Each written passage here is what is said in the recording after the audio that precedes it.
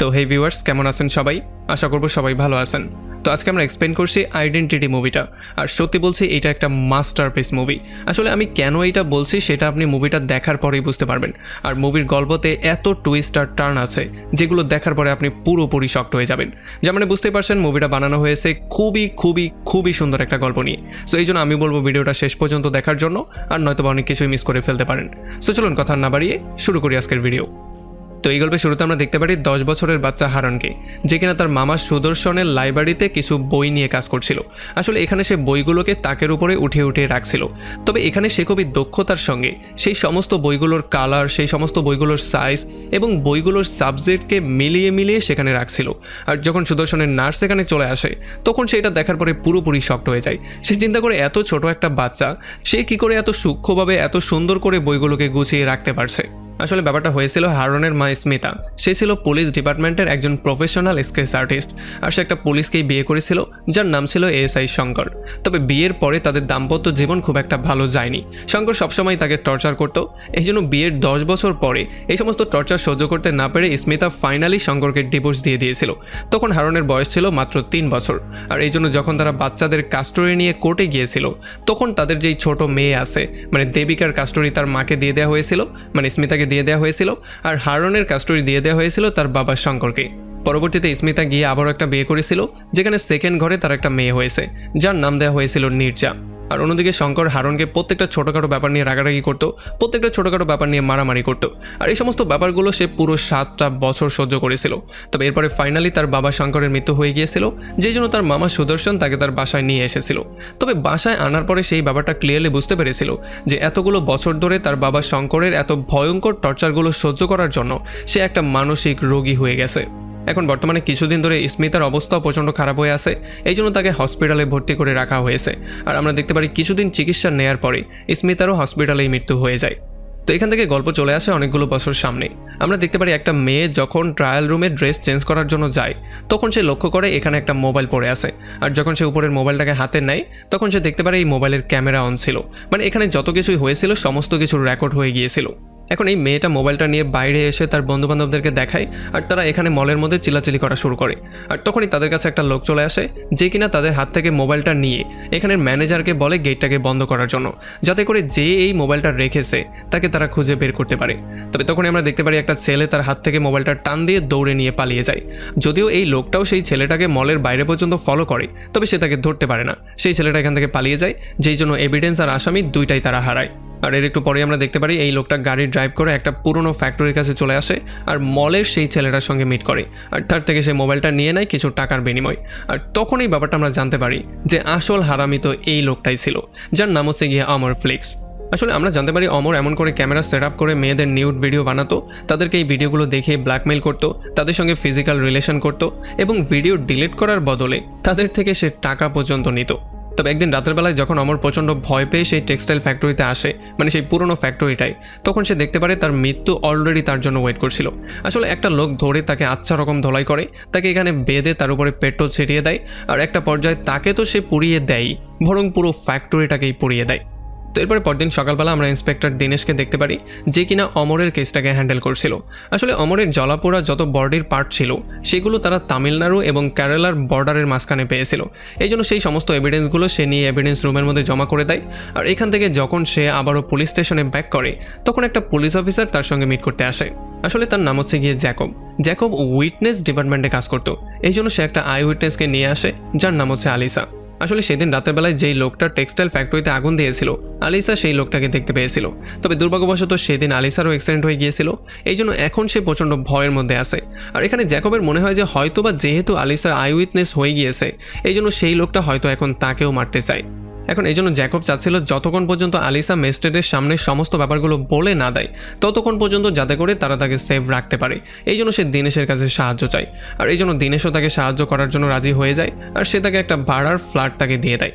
আর এরপরে সন্ধ্যাবেলায় জ্যাকব আলিসা আর তার সমস্ত জিনিসপত্র নিয়ে সেই নতুন ফ্ল্যাটে চলে আসে। আর যখনই তারা ফ্ল্যাটের দিকে যাচ্ছিল, তখন আমরা দেখতে পারি এই বিল্ডিংয়ে তাদের ফ্ল্যাটের অপোজিট সাইডেই হারান, তার আঙ্কেল এবং তার 2 বোন থাকে। আসলে এইটাই হচ্ছে গিয়ে তার মামা সুদর্শনের বাড়ি। এখন তাদেরকে দেখার পরে নির্জয় এটা ক্লিয়ারলি বুঝতে পারে যে তারা এই ফ্ল্যাটে নতুন নতুন শিফট হয়েছে। এই জন্য তারা তার ফ্যামিলি সম্পর্কে জিজ্ঞেস করে আর নিজের ফ্যামিলি সম্পর্কেও তাদের বলা শুরু করে। তবে আমরা দেখতে পারি জ্যাকব তাদেরকে মিথ্যা কথা বলে দেয়। সে বলে আলিসা হচ্ছে গিয়ে তার বোন। আর এরপরে লিফট থেকে বেরিয়ে তারা যে যার রাস্তায় চলে যায়। তারপরে পরদিন সকালবেলা দিনেশও অন্য একটা কেসের জন্য এই বিল্ডিংয়ে চলে আসে আর পাশেরই একটা ফ্ল্যাটে ছোট একটা বাচ্চার কাছে যায়। আসলে কিছুদিন আগের একটা হিট অ্যান্ড রানের কেসের প্রত্যক্ষদর্শী ছিল এই বাচ্চা, মানে সেই ড্রাইভারকে সে নিজের চোখ দিয়ে দেখতে পেয়েছিল। এই জন্য এখন পুলিশ এখানে স্ক্র্যাচ আর্টিস্ট নিয়ে এসেছে যাতে করে এই বাচ্চার মাধ্যমে তারা তার একটা ছবি বানাতে পারে। আর যখন স্ক্র্যাচ আর্টিস্টকে এই বাচ্চার সমস্ত ডিটেলগুলো বলছিল তখন সেই আর্টিস্ট তার মতো করেই ছবিটা আঁকছিল। তবে আমরা দেখতে পারি তখন হারান আর তার মামাও এখানে ছিল। আর হারান এই ব্যাপারটা লক্ষ্য করে যে বাচ্চা যেভাবে বলছে আর্টিস্ট সেইভাবে ছবিটা আঁকতে পারছে না, মানে সে ভুলভাবে ছবি আঁকছে। আর তখন আমরা জানতে পারি যে ছোটবেলা থেকেই হারান তার মায়ের কাছ থেকে স্ক্র্যাচ আঁকার সমস্ত ব্যাপারগুলো আয়ত্তা করে নিয়েছিল। এই জন্য সে সেই আর্টিস্টকে সরিয়ে দিয়ে নিজেই বাচ্চার সমস্ত বয়ানগুলো শোনে আর নিজেই স্ক্র্যাচ বানানো শুরু করে। আর এরপরে সে একটা পারফেক্ট স্কেচ বানিয়ে তাদেরকে দিয়ে দেয়। আর এই সমস্ত ব্যাপারগুলো দেখার পরে জ্যাকব তো পুরোপুরি শকড হয়েই যায়, বরং দিনেশও পুরোপুরি শকড হয়ে যায়। আর যখন ডিউটিতে যাওয়ার পরে জ্যাকব দিনেশের কাছে এই ব্যাপারগুলো জিজ্ঞেস করে তখন দিনেশ বলে যে আমি তো হারান আর তার ফ্যামিলিকে অনেক বছর ধরেই চিনি, তবে আমিও কালকেই জানতে পারলাম যে সে এত সুন্দর একজন আর্টিস্ট। এরপরে জ্যাকব দিনেশকে বলে যে তাহলে আমরা তো অমরের কেসেও তাকে ইউজ করতে পারি। আমরা হারানকে নিয়ে যাব আলিসার কাছে আর আলিসা তাকে সমস্ত ডিটেল বলে দিলে সে একটা সুন্দর স্কেচ বানিয়ে আমাদেরকে দিতেই পারবে। এটার মাধ্যমে আমরা চাইলে আসামিকে পরবর্তীতে ধরতেও পারবো। আর যেহেতু এই আইডিয়াটা সুন্দর একটা আইডিয়া ছিল এই জন্য দিনেশও তাকে পারমিশন দিয়ে দেয়। তো এরপরে পরদিন জ্যাকব পার্সোনালি গিয়ে হারানের সাথে মিট করে আর তাকে সমস্ত ব্যাপারগুলো খোলামেলা করে বলে। আর এরপর সে তাকে স্কেচ বানানোর জন্য রিকোয়েস্ট করে। তবে সে বলে যে যদি তুমি স্কেচ বানাতে না চাও তাহলে কোনো সমস্যা নেই, তবে যেহেতু আমাদের উইটনেসের প্রোটেকশনের একটা ব্যাপার আছে এই জন্য এই ব্যাপারটাকে তোমাকে গোপন রাখতে হবে। তবে আমরা দেখতে পারি হারান স্কেচ বানানোর জন্য রাজি হয়ে যায় আর তাদের মধ্যে একটা ডিলও হয়ে যায়। তারপরে পরদিন সকালবেলা জ্যাকব হারানকে নিয়ে চলে আসে সোজা আলিসার কাছে আর আলিসাকে সমস্ত ব্যাপারগুলো ডিটেলে বলার জন্য বলে, মানে খুনি সম্পর্কে তাকে বলার জন্য বলে। আর যখন সে খুনি সম্পর্কে এক এক করে ডিটেল বলা শুরু করে তখন হারান একটা পারফেক্ট স্কেচ বানানোর ট্রাই করে। তবে যখন এমন করতে করতে অর্ধেক স্কেচ কমপ্লিট হয়ে যায় তখন হারান আলিসাকে থামিয়ে দেয় আর তাকে বলে যে আজকের সেশন কমপ্লিট হয়ে গেছে, আমরা বাকি সেশন কালকে করব, মানে কালকে আমরা স্কেচটাকে কমপ্লিট করব। আর এগুলো শোনার পরে যখন জ্যাকব আলিসাকে ইশারা করে তখন আলিসা সেখান থেকে উঠে চলে যায়। তবে এরপরে জ্যাকব তাকে জিজ্ঞেস করে যে আসলে তোমার হচ্ছেটা কি, তুমি স্কেচটাকে কেন কমপ্লিট করতে চাইছো না। আর তখন হারান তাকে বলে যে দেখো স্কেচ বানাতে হলে অনেক ডিটেলের দরকার হয় আর সেই ডিটেলগুলো দিয়ে মনোযোগ দিয়ে স্কেচ বানাতে হয়। যদি 19 থেকে 20 হয়ে যায় তাহলে সেই স্কেচটা একটা অন্য মানুষের স্কেচ হয়ে যেতে পারে, মানে চেহারাটা পুরোপুরি চেঞ্জ হয়ে যেতে পারে, যেই জন্য একটা মানুষের জীবনও ধ্বংস হয়ে যেতে পারে। এরপরে সে এক্সাম্পল হিসেবে তাকে আরও কিছু স্কেচ দেখায়, আরও কিছু কেস সম্পর্কে বলা শুরু করে। তবে আমরা দেখতে পারি এগুলো শোনার পরে জ্যাকব তাকে এটা ক্লিয়ার করে জানিয়ে দেয় যে তুমি শুধু স্কেচ বানানোর দিকে মনোযোগ দাও, তোমার এত আলতুফালতু ব্যাপার নিয়ে চিন্তা করতে হবে না, সেগুলো আমরা পরবর্তীতে ইনভেস্টিগেশনে দেখে নেব। তবে এরপরে হারান তাকে সেই অর্ধেক বানানো স্কেচটাকে দেখায় যেটা কিনা আর অন্য কারো না, তার চেহারার সাথে পুরোপুরি মিলে যাচ্ছিল। এখানে হারান তাকে বলে যে সে যেইভাবে ডিটেল আমাকে বলছে সেইভাবে আমার নিজের চেহারার স্কেচটাই বানানো হচ্ছে। সো যদি আমিই খুনি হয়ে থাকি তাহলে তো আমি তার সামনে বসেছিলাম, সে তো বলতেই পারতো যে এটাই হচ্ছে খুনি, সে কেন ডিটেল বলে আমার স্কেচটাই আমাকে দিয়ে বানানোর ট্রাই করছে। আর এই সমস্ত কথাবার্তাগুলো শোনার পরে জ্যাকব এটা ক্লিয়ারলি বুঝতে পারে যে এখানে কোনো একটা গরমিল তো অবশ্যই হয়েছে। আর তখন হারান তাকে বলে যে তুমি কেসের ডিটেলগুলো আমাকে বলতে চাইছো না, তাছাড়া আলিসা সেই ক্রিমিনালকে দেখেছে 1 সপ্তাহ আগে, সো আমাদের উচিত আবারও সেই ক্রাইম স্পটে যাওয়া, তাহলে আলিসা হয়তোবা আবারও ডিটেলই সমস্ত ব্যাপারগুলো মনে করতে পারবে আর সেই সমস্ত ডিটেলগুলোর সাহায্যে আমরা চাইলে একটা পারফেক্ট স্কেচ বানাতেই পারবো। তো এই জন্য পরদিন সকালবেলায় জ্যাকব হারান আর আলিসাকে নিয়ে সোজা চলে আসে সেই ফ্যাক্টরিতে, মানে সেই ঘটনাস্থলে। এখানে আসার সঙ্গে সঙ্গেই হারান যখন ফ্যাক্টরিটা দেখতে পারে তখন সে এটা ক্লিয়ারলি বুঝতে পারে যে আসলে সেই দিন অমরকে যেই লোকটা মেরেছিল আর এই পুরো ফ্যাক্টরিটা যে জ্বালিয়ে দিয়েছিল আর আলিসা যাকে দেখতে পেয়েছিল সে আর অন্য কেউ ছিল না, সে ছিল হারান নিজে। তবে এখানেই কোয়েশ্চেন চলে আসে যে হারান আসলে অমরকে কেন মেরেছে।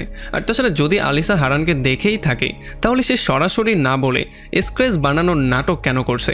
এই সমস্ত ব্যাপারগুলোর অ্যান্সারই আমরা একটু সামনে পাচ্ছি। যাই হোক, এখন ঘটনাস্থলে যাওয়ার পরে আলিসা আরও একবার হারানকে সমস্ত ডিটেলগুলো বলে, তবে এইবার ইচ্ছা করেই হারান অন্য একটা মানুষের স্কেচ বানিয়ে দেয়। আর যখন আলিসাকে এটা দেখানো হয় তখন আলিসাও কনফার্ম করে বলে দেয় যে হ্যাঁ আমি এই লোকটাকেই দেখতে পেয়েছিলাম। আর এরপর এখান থেকে যখন তারা বাসার দিকে ব্যাক করছিল তখনও হারান এই ব্যাপারটা বুঝতে পারছিল না যে আলিসা কেন তাকে আইডেন্টিফাই করছে না, মানে সে কেন বলছে না সেই খুনি। এদিকে যেহেতু হরনের বোন দেবিকা হসপিটালের একজন ডাক্তার, এই জন্য সে তার 2 বোনকেই হসপিটালে পাঠিয়ে দেয় যাতে করে রুমটা সে খালি রাখতে পারে, কারণ রাতের বেলায় সে কিছু একটা করতে যাচ্ছে। আর এরপরে যখন রাত হয়ে যায় আর সে বুঝতে পারে আলিসার রুমের মধ্যে একা আছে, তখন সে গিয়ে আলিসার দরজা ব্রেক করে রুমের মধ্যে যাওয়ার ট্রাই করে। তবে যখনই সে দরজাটাকে খুলে ফেলে আর মধ্যে যাওয়ার ট্রাই করে, তখনই তার মামা সুদর্শন তার সামনে চলে আসে। এই জন্য সে এখানে বাহানা করা শুরু করে। সে বলে যে আমার মনে হচ্ছিল কে যেন এই দরজাটা ভাঙার ট্রাই করছে, এই জন্যই আমি চেক করার জন্য বাইরে আসলাম।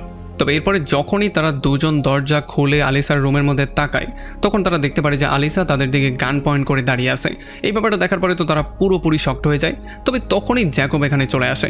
আর যখন জ্যাকব এই ব্যাপারটা দেখতে পারে, তখন সে চিৎকার করে তাকে থামানোর ট্রাই করে। আর সে বলে আমি হচ্ছে গিয়ে জ্যাকব। আর জ্যাকবের নামটা শোনার সঙ্গে সঙ্গেই আলিসা গানটাকে নিচে করে দেয়। আর এইটা দেখার সঙ্গে সঙ্গে ডক্টর সুদর্শন এই ব্যাপারটা ক্লিয়ারলি বুঝতে পারে যে আসলে আলিসার ব্রেনের মধ্যে কোনো একটা সমস্যা তো অবশ্যই হয়েছে। এই জন্য সে জ্যাকব আর আলিসাকে নিয়ে সোজা তার হসপিটালে চলে আসে।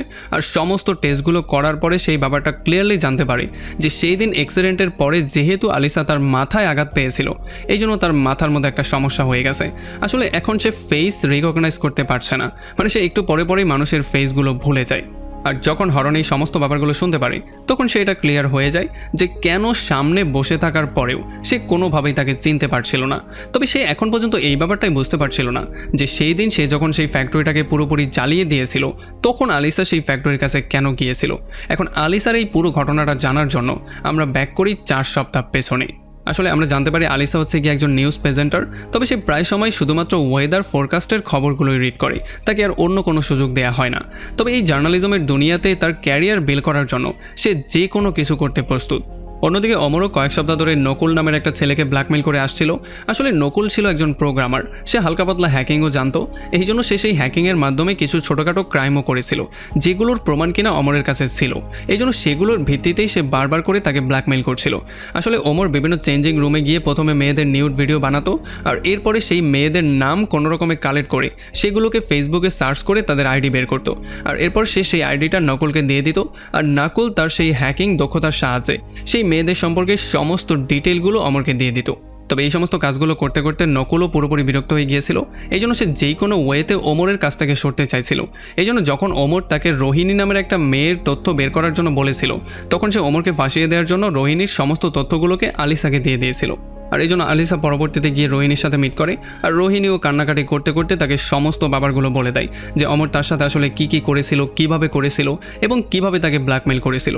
এই সমস্ত ব্যাপারগুলো শোনার পরে সমস্ত তথ্যগুলো কালেক্ট করে আলিসা চলে আসে তার অফিসের চিফ এডিটরের সঙ্গে মিট করতে, কারণ সে চাইছিল এই নিউজটাকে যে কোনো ওয়েতে পাবলিশ করতে। তবে তার চিফ এডিটর তাকে বলে যে দেখো, এখানে না আছে কোনো পিকচার, না আছে কোনো ভিডিও, না আছে কোনো উইটনেস, না আছে কোনো ভিকটিম, না আছে কোনো অপরাধী। আসলে এই নিউজটা আমি কি করে ব্রডকাস্ট করতে পারি? নিউজ ব্রডকাস্ট করতে হলে আমার তো কিছু না কিছুর দরকার পড়বে। কোনো ভিডিও, কোনো ডকুমেন্ট, কোনো সোর্স বা কোনো সাক্ষী তো তুমি নিয়ে আসো, তাহলেই তো আমরা নিউজটাকে ব্রডকাস্ট করতে পারবো। তো এই জন্য আলিসা গিয়ে আবার নকুলের সঙ্গে মিট করে। আর নকুলকে সে রিকোয়েস্ট করা শুরু করে যাতে করে সে তার আইডেন্টিটি শো করে অমরের যত কুকীর্তি আছে সেগুলো ফাঁস করে দেয়। তবে অমরের ভয়ে নকুল কোনোভাবে এগুলো করতে চায় না। তবে সে তাকে একটা ক্লু দিয়ে দেয়। আসলে তার কাছে অমরের একটা অডিও রেকর্ড ছিল, যেখানে অমর একটা মেয়েকে তার নিউড ভাইরাল করে দেওয়ার থ্রেট দিচ্ছিল। এই জন্য সে সেই অডিওটা তাকে দিয়ে দেয় যাতে করে যদি কোনো কাজে এটা লাগাতে পারে। আর এরপর সে অমরের লোকেশনটাও দিয়ে দেয় যাতে করে সে তাকে খুঁজে বের করতে পারে। তবে যেহেতু চিফ এডিটর কোনো প্রমাণাদি ছাড়া এই নিউজটাকে পাবলিশ করবে না, এই জন্য ফাইনালি আলিসা চলে আসে পুলিশ স্টেশনে। আর পুলিশ স্টেশনে সে পেয়ে যায় অফিসার জ্যাকবকে। এখানে জ্যাকবকে সে সমস্ত ডিটেলগুলো দিয়ে দেয়। আর জ্যাকব তার কাছে প্রমিস করে যে কালকে সন্ধ্যার মধ্যে সেই লোকটাকে আমরা যেই কোনো ওয়েতে ধরেই ফেলবো। এরপরে যখন সন্ধ্যাবেলায় আলিসা তার ঘরের মধ্যে ছিল, তখন তাকে চিফ এডিটর কল দেয়। আর সে তাকে বলে যে তুমি যেই লোকেশনটা আমাদেরকে দিয়েছিলে, যদি সেই লোকেশনের অরিজিনাল কিছু ফুটেজ আমরা পেয়ে যেতাম, তাহলে আমরা নিউজটাকে পাবলিশ করলেও করতে পারি। আর এইটা শোনার সঙ্গে সঙ্গে আলিসা বেরিয়ে পড়ে সেই লোকেশনের অরিজিনাল কিছু ফুটেজ কালেক্ট করার জন্য। সে চলে আসে সেই ফ্যাক্টরির কাছে। আর ফ্যাক্টরি থেকে একটু দূরেই সে তার স্কুটিটাকে লুকিয়ে দেয়। আর এরপর লুকিয়ে সে ফ্যাক্টরির মধ্যে গিয়ে একটা কোণা থেকে সমস্ত ব্যাপারগুলোকে রেকর্ড করা শুরু করে। সে দেখতে পারে ফ্যাক্টরির মধ্যে একটা লোক অমরের সাথে কথাবার্তা বলছিল। আর সে তাকে কিছু টাকা দিয়ে সেখান থেকে বেরিয়ে চলে যায়। তবে এর একটু পরেই এখানে হারন চলে আসে, যে কিনা এসে অমরকে মেরে পুরো ফ্যাক্টরিটাতে আগুনই ধরিয়ে দিয়েছিল। আর এই জন্য আগুন থেকে বাঁচার জন্য যখন আলিসা পালিয়ে যাওয়ার ট্রাই করছিল, তখন ভুলবশত তার মোবাইলটা ফ্যাক্টরির মধ্যেই পড়ে যায়। আর সে কোনো রকমে সেখান থেকে তার জীবনটা নিয়ে বেরিয়ে চলে আসে। তবে বাইরে আসার পরে যখন সে ভালো করে দেখার ট্রাই করছিল, তখন আগুনের আলোতে সে ফাইনালি হরনকে ক্লিয়ারভাবে দেখতে পেয়েছিল। এই জন্য সে তার জীবনটা বাঁচানোর জন্য ভয়ে পালিয়ে যাওয়ার ট্রাই করছিল। তবে যেহেতু সে প্রচণ্ড ভয়ের মধ্যে ছিল এই জন্য সে তাড়াহুড়ো করে স্কুটি চালাচ্ছিল, যেই জন্য রাস্তায় একটা ট্রাকের সঙ্গে তার অ্যাক্সিডেন্ট হয়ে গিয়েছিল। এখন প্রেজেন্ট টাইমে জ্যাকবের হারনের উপরে সন্দেহ হয়ে যায়, আর তার মনে হয় যে হারন হয়তো বা কিছু একটা তাদের থেকে লুকাচ্ছে। এই জন্য সে তার কলিগ সুপ্রিয়াকে কল দেয় আর হারন সম্পর্কে সমস্ত ডিটেলগুলোকে কালেক্ট করার জন্য বলে। আর এরপর সে দিনেশকে কল দিয়ে এখানে নিয়ে আসে, আর সে বলে যে আমরা যেই খুনিকে খুঁজছি সেই খুনিটার অন্য কেউ না, সেই খুনি আমার মনে হয় হারনই। এই জন্য সে দিনেশকে রিকোয়েস্ট করে যাতে করে হারনকে অ্যারেস্ট করা হয়। তবে একেবারে সেম টাইমে একটা লোক এখানে চলে আসে, যে কিনা এসে বলে সেই হচ্ছে কিলার, আর এটা বলেই সে পুলিশের কাছে সারেন্ডার করে ফেলে। আর তাছাড়া আলিসার বলাতে হারন যে স্কেচটা বানিয়ে দিয়েছিল এই লোকটার চেহারা সেই স্কেচের সাথে অনেকটা মিলে যাচ্ছিল।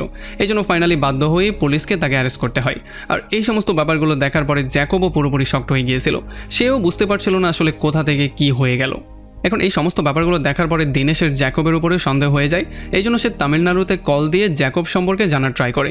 তবে যখন সে জ্যাকব সম্পর্কে সমস্ত ব্যাপারগুলো তাদেরকে জিজ্ঞেস করে তখন তারা বলে যে জ্যাকব এখন আর কোনো পুলিশ অফিসার নেই, সে এখন হয়ে গেছে একজন ক্রিমিনাল, আর তাকে আমরা খুঁজে বের করার ট্রাই করছি। আর এদিকে যখন আলিসা রুমের মধ্যে একা ছিল তখন সুদর্শন আলিসাকে হারনের সামনে নিয়ে আসে, আর ফাইনালি হারন আলিসার সামনে সমস্ত দোষগুলো স্বীকার করে সে এইটা জানিয়ে দেয় যে কেন সে অমরকে মেরেছিল। আসলে হারনের ছোট একটা বোন আছে যার নাম হচ্ছে নির্জা, যদিও এটা তার সৎ বোন, তবে কিছুদিন আগে তার এই বোনকে কেউ একজন ব্রুটালি রেপ করেছিল, যেই জন্য সে আইসিইউতে চলে গিয়েছিল। হারনের মাথা তো প্রচণ্ড গরম হয়ে গিয়েছিল, সে তো চাইছিল সেই খুনিকে তখনই খুঁজে বের করে মেরে ফেলতে। তবে তার বড় বোন তাকে এটা বুঝিয়ে বলেছিল যে যেহেতু তাদের বোনের অবস্থা এখন প্রচণ্ড খারাপ হয়ে আছে এই জন্য তার বোন সুস্থ না হওয়া পর্যন্ত যাতে করে সে কিছু না করার ট্রাই করে। এই জন্য তার বড় বোনের বলাতে হারন তার অফিস থেকে একটা লম্বা ছুটি নিয়ে নেয়, আর ব্যাঙ্গালোর থেকে তারা এখানে চলে আসে। তারা ফাইনালি একসাথে ফ্যামিলির মতো করে বাস করা শুরু করে দিয়েছিল, আর আস্তে আস্তে করে নির্জাও নিজেকে সুস্থ করে নিচ্ছিল, মানে নির্জাও আস্তে আস্তে করে সব কিছু ভুলে গিয়ে আবারও নতুন করে শুরু করছিল। তবে তখনই আমরা জানতে পারি নির্জার একটা বান্ধবী ছিল যার নাম ছিল সকিনা, আর কিছুদিন পরে সকিনার ভাই আনসারও হারনের সাথে মিট করতে চলে আসে। আসলে সেই লোকটা নির্জার সঙ্গে সঙ্গে সকিনাকেও ব্রুটালি রেপ করেছিল, আর তার চিকিৎসা ব্যাঙ্গালোরে করা হচ্ছিল। তবে কিছুদিন যেতে না যেতেই সেই লোকটা আনসারকে সকিনার সমস্ত ভিডিওগুলো পাঠিয়ে তাকে বারবার করে ব্ল্যাকমেল করা শুরু করছে, আর তার কাছ থেকে টাকার দাবি করছিল, আর বারবার করে তাকে নানানভাবে থ্রেটও করছিল। এই জন্য ফাইনালি আনসার এসে হারনকে এই সমস্ত ব্যাপারগুলো জানিয়ে দেয়, আর যেই কোনো ওয়েতে তাদেরকে সাহায্য করার জন্য বলে। আর এই সমস্ত ব্যাপারগুলো যখন হারন শুনতে পারে তখন তার মাথা প্রচণ্ড গরম হয়ে যায়। এই জন্য তখনই সে সিদ্ধান্ত নিয়ে ফেলে যে যেই কোনো ওয়েতে সেই রেপিস্টকে খুঁজে বের করবে আর তাকে একটা নির্মম মৃত্যু দিবে। এই জন্য তখন থেকে সে আনসারের সঙ্গে মিলে রেপিস্টকে খুঁজে বের করার ট্রাই করছিল, আর অনেক দিন ধরে খোঁজাখুঁজি করার পরে ফাইনালি তারা এই ব্যাপারটা জানতে পারে যে সেই লোকটার অন্য কেউ ছিল না, সেই লোকটা ছিল অমর নামের সেই লোকটা। আর এই জন্য সুযোগ বুঝে হারন ফাইনালি অমরকে মেরে ফেলেছিল। তবে আনসারের বাবার মনে হচ্ছিল যে আনসার অমরকে মেরে ফেলেছে, এই জন্য সে হারনের সাথে মিট করে তাকে এই ব্যাপারটাকে গোপন রাখার জন্য রিকোয়েস্ট করে। সে বলে যে আনসার যেটা করেছে সেটা প্লিজ তুমি কাউকে বলো না, আর যদি তাকে খুঁজতে খুঁজতে কেউ এই পর্যন্ত চলে আসে তাহলে আমার ছেলেকে সেভ করার জন্য আমি নিজে স্যারেন্ডার করার জন্য রাজি আছি।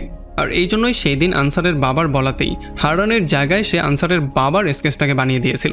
তবে হারন এটা খুব ভালো করেই জানতো যে যেহেতু আলিসা একজন মানসিক রোগী এই জন্য আলিসার স্টেটমেন্ট আদালতে গ্রহণ করা হবে না, আর আনসারের বাবা খুব সহজেই ফ্রি হয়ে যাবে। এখন এতটুকু বলার পরেই হারন দিনেশকে কল দেয়, আর দিনেশের কাছ থেকে সে জ্যাকব সম্পর্কে সমস্ত ব্যাপারগুলো জানতে পারে।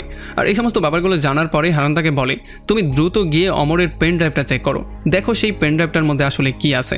তবে তখন সে জানিয়ে দেয় যে পেন ড্রাইভটা আসলে এনক্রিপ্টেড অবস্থায় আছে, তাছাড়া সেটা এভিডেন্স রুমের মধ্যে লকারের মধ্যে আছে।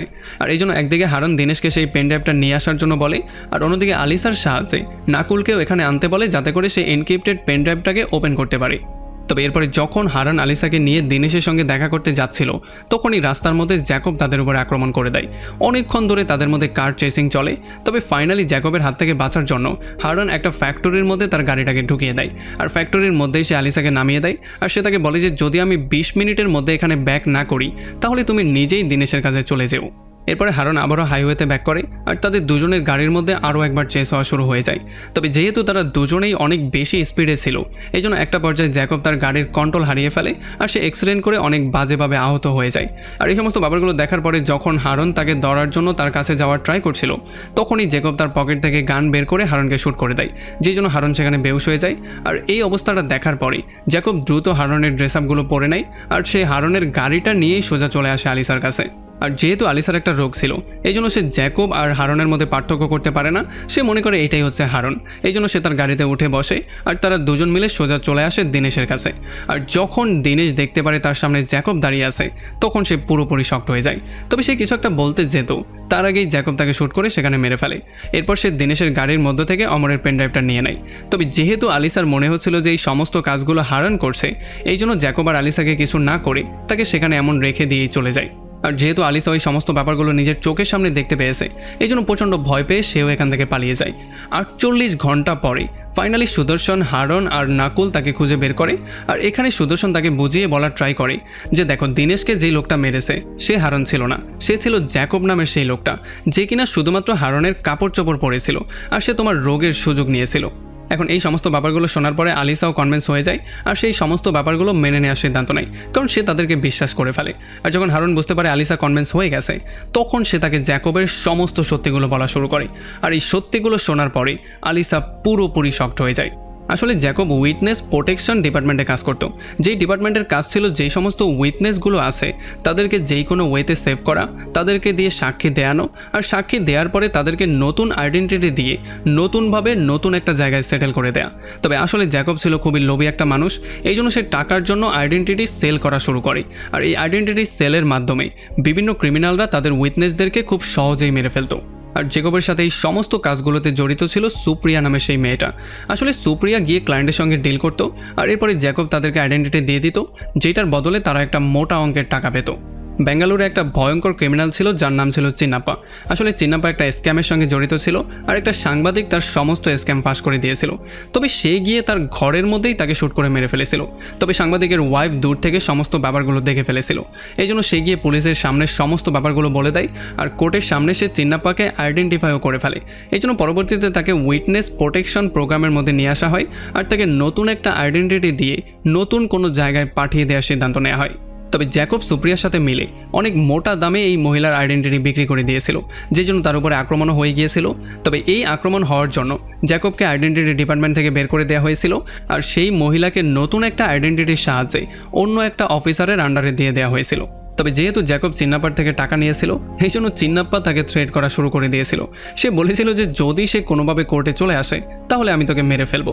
এই জন্য সে প্রচণ্ড ভয়ের মধ্যে ছিল আর কিছুদিন ধরে জ্যাকব চিন্নাপ্পাকে মারার প্ল্যানিং করছিল। সে কোনোভাবে এটা জেনে গিয়েছিল যে যেই দিন কোর্টে শুনানি হবে সেই দিন সেই নতুন অফিসার সেই মহিলাকে নিয়ে হেলিকপ্টারে করে বেঙ্গালুরে আসবে। তবে জ্যাকব তো নিজে গিয়ে সেই মহিলাকে মারতে পারবে না, এই জন্য সে এয়ারপোর্টে একটা স্ট্রেঞ্জারের সঙ্গে ডিল করে যাতে করে তার মাধ্যমে সেই মহিলাকে সে মারতে পারে। আর সেই স্ট্রেঞ্জার আর অন্য কেউ ছিল না, সেটা ছিল সকিনার ভাই আনসার। আসলে আনসার এয়ারপোর্টে কাজ করতো, এই জন্যই জ্যাকব তার সঙ্গে এই ডিলটা করেছিল।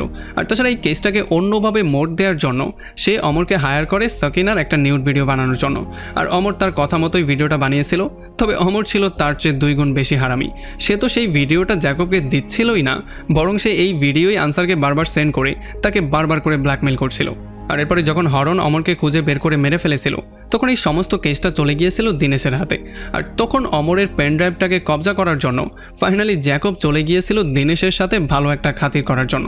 আর এখন যেহেতু দিনেশকেও মেরে ফেলা হয়েছে, এই জন্য ড্রাইভটা এখন জ্যাকবের হাতেই চলে গিয়েছে।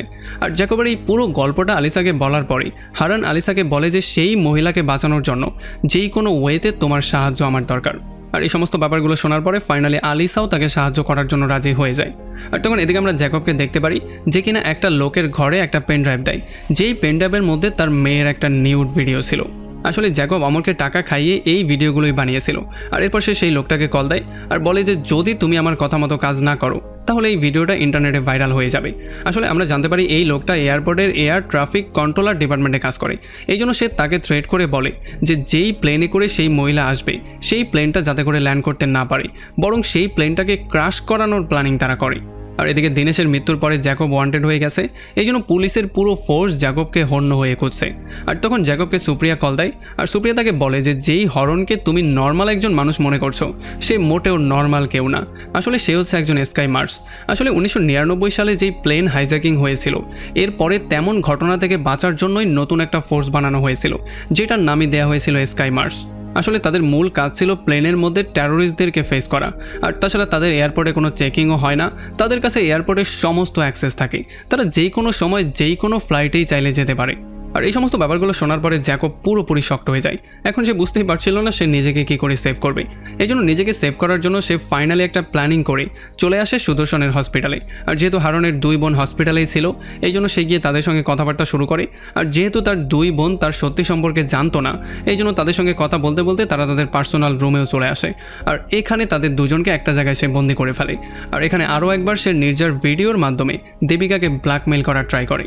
আসলে আজকে দেবিকার একটা পেশেন্ট জেমসকে ফেস রিকগনাইজ করার জন্য অন্য একটা হসপিটালে পাঠানোর কথা ছিল। এই জন্য যেহেতু জ্যাকব তাকে বারবার করে ব্ল্যাকমেইল করছিল, এই জন্য বাধ্য হয়েই দেবিকা তার মুখের মধ্যে পট্টি বেঁধে তাকে অ্যাম্বুলেন্সের মধ্যে তুলে দেয় সেই জায়গায় যাওয়ার জন্য।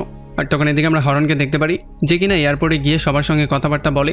সে বেঙ্গালুরু এয়ারপোর্টের সঙ্গেও যোগাযোগ করে আর তাদেরকে ফ্লাইটে হওয়া সম্ভাব্য রিস্ক সম্পর্কে বলে।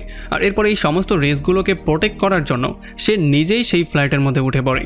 আর এদিকে নাকুল আলিসাকে ফ্লাইটের সমস্ত প্যাসেঞ্জারদের ছবি দেখায়, কারণ আলিসা সেই লোকটাকে দেখতে পেয়েছিল যেই লোকটাকে জ্যাকব টাকা দিয়েছিল, মানে প্লেনটাকে ক্র্যাশ করানোর জন্য, সেই এয়ার ট্রাফিক কন্ট্রোলারকে।